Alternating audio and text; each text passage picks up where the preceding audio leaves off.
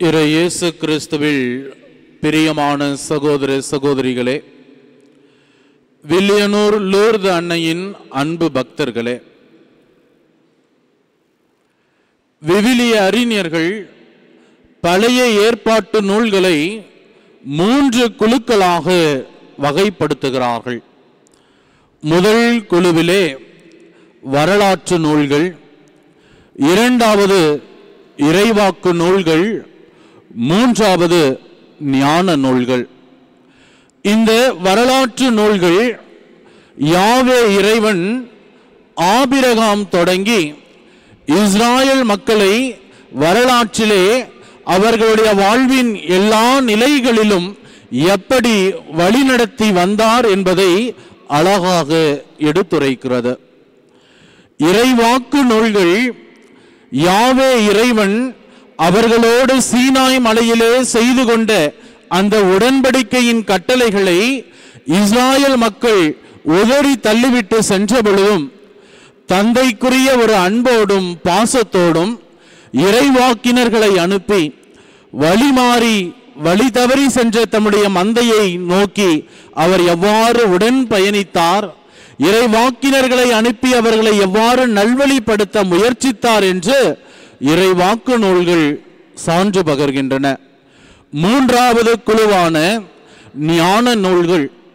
ஞான நூல்கள் இஸ்ராயல் மக்களும் நாமும் நம்முடைய அன்றாட வாழ்விலே எப்படி வாழ வேண்டும் என்பதற்கான அறிவுரைகளை கொடுப்பதாக ஞான நூல்கள் அமைந்திருக்கின்றன. இந்த ஞான நூலிலே சீராக், சபையுரையாளர், யோபு, திருப்பாடல், இந்த புத்தகங்கள் எல்லாம் மிகவும் முக்கியத்துவம் வாய்ந்ததாக கருதப்படுகின்றன. மனிதர்களுடைய வாழ்விலே துன்பம் என்பது ஒரு இன்றியமையாத ஒன்றாக இருப்பதால் துன்பங்களை பற்றியதான ஒரு மனநிலையை நாம் எப்படி கொண்டிருக்க வேண்டும் என்று இந்த ஞான நூல்கள் நமக்கு கற்பிக்கின்றன. துன்பங்களை ஞான நூல்கள் 2 வகைகளாக பிரித்து பார்க்கிறது. முதலிலே துன்பம் என்பது கடவுளினுடைய கட்டளைகளை கடைபிடிப்பவர்களுக்கு துன்பம் நேராது என்றும், கடவுளுடைய கட்டளைகளை புறக்கணித்து நாம் செல்கிற பொழுது நம்முடைய வாழ்விலே துன்பங்கள் ஏற்படுகிறது என்று எடுத்துரைக்கிறது. இந்த முதல் வகையான நூலுக்கு மிக சிறந்த ஒரு எடுத்துக்காட்டு திருப்பாடலாக இருக்கிறது. ஆனால் 2ஆம் வகை நூலுக்கு ஒரு எடுத்துக்காட்டாக இருப்பது இன்றைய முதல் வாசகத்திலே நாம் வாசிக்க கேட்ட யோபு.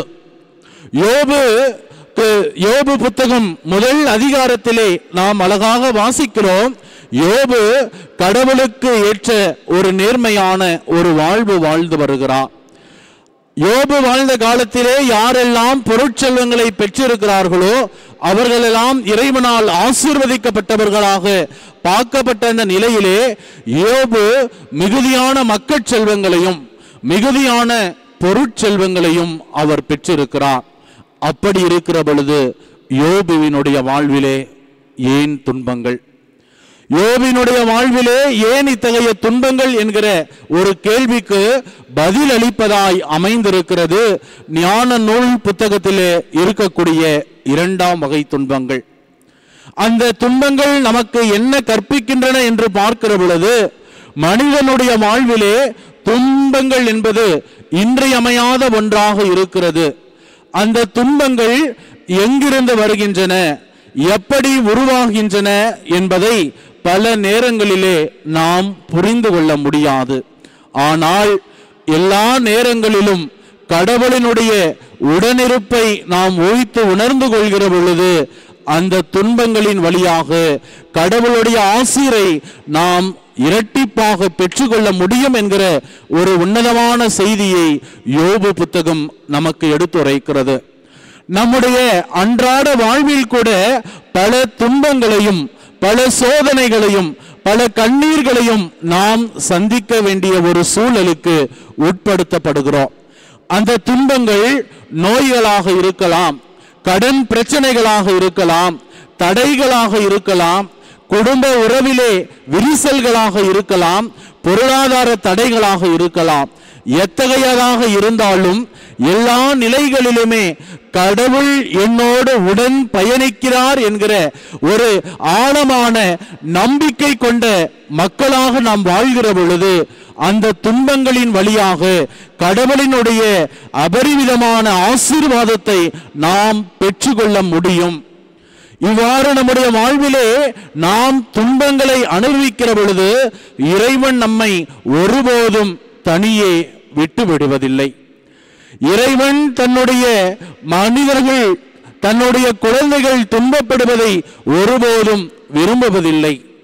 எவ்வாறு கானாவூர் திருமணத்திலே திராட்சரசம் குறைந்துவிட்ட அந்த நிலையிலே அன்னை மரியாள் யாருடைய அழைப்புமின்றி ஓடி வந்து அந்த திருமண வீட்டாருக்கு ஏற்பட்ட அந்த ஒரு குறையை நிறைவு செய்தாரோ, அதே போல நம்முடைய வாழ்விலே எந்த நிலையிலே என்ன குறைவு ஏற்பட்டாலும், நம்முடைய வாழ்விலே எந்த நிலையிலே எந்த துன்பங்கள் ஏற்பட்டாலும் அன்னை மரியாள் நம்முடைய அழைப்பு இன்றி, நம்முடைய தேடல்கள் இன்றி ஓடி வந்து நம்மை அவர் அரவணைத்துக் கொள்பவராய், அடைக்கலம் தருபவராய், தன்னுடைய துகிலை நம்மீது போர்த்தி நமக்கு ஆறுதல் அளிப்பவராய் இருக்கிறார். அத்தகைய ஒரு நிலையிலே நாம் ஆழமான நம்பிக்கை கொண்ட மக்களாக இருப்பதால் தான் ஒவ்வொரு அன்னையின் திருத்தலத்தையும் நாடி செல்கிற மனிதர்களாக நீங்களும் நானும் வாழ்ந்து கொண்டிருக்கிறோம். இறை இயேசுவில் பிரியமான சகோதர சகோதரிகளே, சிந்தித்து பார்ப்போம். என்னுடைய வாழ்விலே ஏற்படுகிற துன்பங்களும் துயரங்களும் எத்தகைய மனநிலை கொண்டதாய் நாம் அதை அணுகுகிறோம் என்று சிந்திப்போம். பல நேரங்களிலே நாம் எண்ணிக்கொள்வதெல்லாம், நம்முடைய வாழ்விலே ஒரு நோய் உருவானாலோ, நம்முடைய வாழ்விலே உறவுகளிலே சில பிரச்சனைகள் ஏற்பட்டாலோ உடனடியாக நான் கேட்பது, அந்த கடவுளுக்கு கண் இல்லையா? கடவுளுக்கு ஏற்ற ஒரு வாழ்வு நான் வாழ்ந்து கொண்டுதானே இருக்கிறேன். ஒவ்வொரு ஞாயிற்றுக்கிழமைகளிலும் கடன் திரு நாட்களிலும் திருப்பலியில் நான் பங்கெடுக்கிறேன். என்னுடைய எல்லா கடமைகளையும் நான் சரிவர செய்து கொண்டிருக்கிறேனே, ஏன் எனக்கு மட்டும் இந்த துன்பம் என்கிற ஒரு மனநிலை கொண்டவர்களாய், கடவுளையே மீண்டும் கேள்வி கேட்கக்கூடிய ஒரு மனநிலை கொண்டவர்களாய் நாம் வாழ்ந்து விடுகிறோம். இறை இயேசுவில் பிரியமான சகோதர சகோதரிகளே, ஒவ்வொருவர் வாழ்விலும் வரக்கூடிய ஒவ்வொரு துன்பங்களும் நம்மை செதுக்கி உரு கொடுப்பதாய் இருக்கிறது. பல உறவுகள் சொல்லிக் கொடுக்காத ஒரு பாடத்தை, பல மனிதர்கள் நமக்கு கற்பிக்காத ஒரு பாடத்தை ஒரு துன்பம் நமக்கு கற்பிக்கிறது. எத்தகைய மனநிலை கொண்டவராய் துன்பத்தை நான் அணுகுகிறேன் என்று சிந்தித்து பார்ப்போம். அன்னை மரியாவினுடைய வாழ்வில் ஏற்பட்ட துன்பங்களை விடவா நம்முடைய வாழ்வில் அன்னை மரியாள் என்று இறைவனுடைய திருவுளத்திற்கு அப்படியே ஆகட்டும் என்று தன்னை முழுவதுமாய் அர்ப்பணித்தாரோ, அன்று முதல் கல்வாரியிலே தன்னுடைய மகனை சிலுவையிலே அவர் தியாகம் செய்துவிட்டு வியாகுல தாய் மரியாய் சிலுவை அடியில் நிற்கிறவரை அவருடைய பாடுகளும் அவருடைய வேதனைகளும் எப்படிப்பட்டதாய் இருக்கும். நம்மையும் துன்பங்கள் ஏற்படுகிற பொழுது இறைவனின் திரு சித்தத்திற்கேற்ப அவரை நம்மை முழுவதுமாய் அவரிடத்திலே ஒப்பு கொடுப்போம்.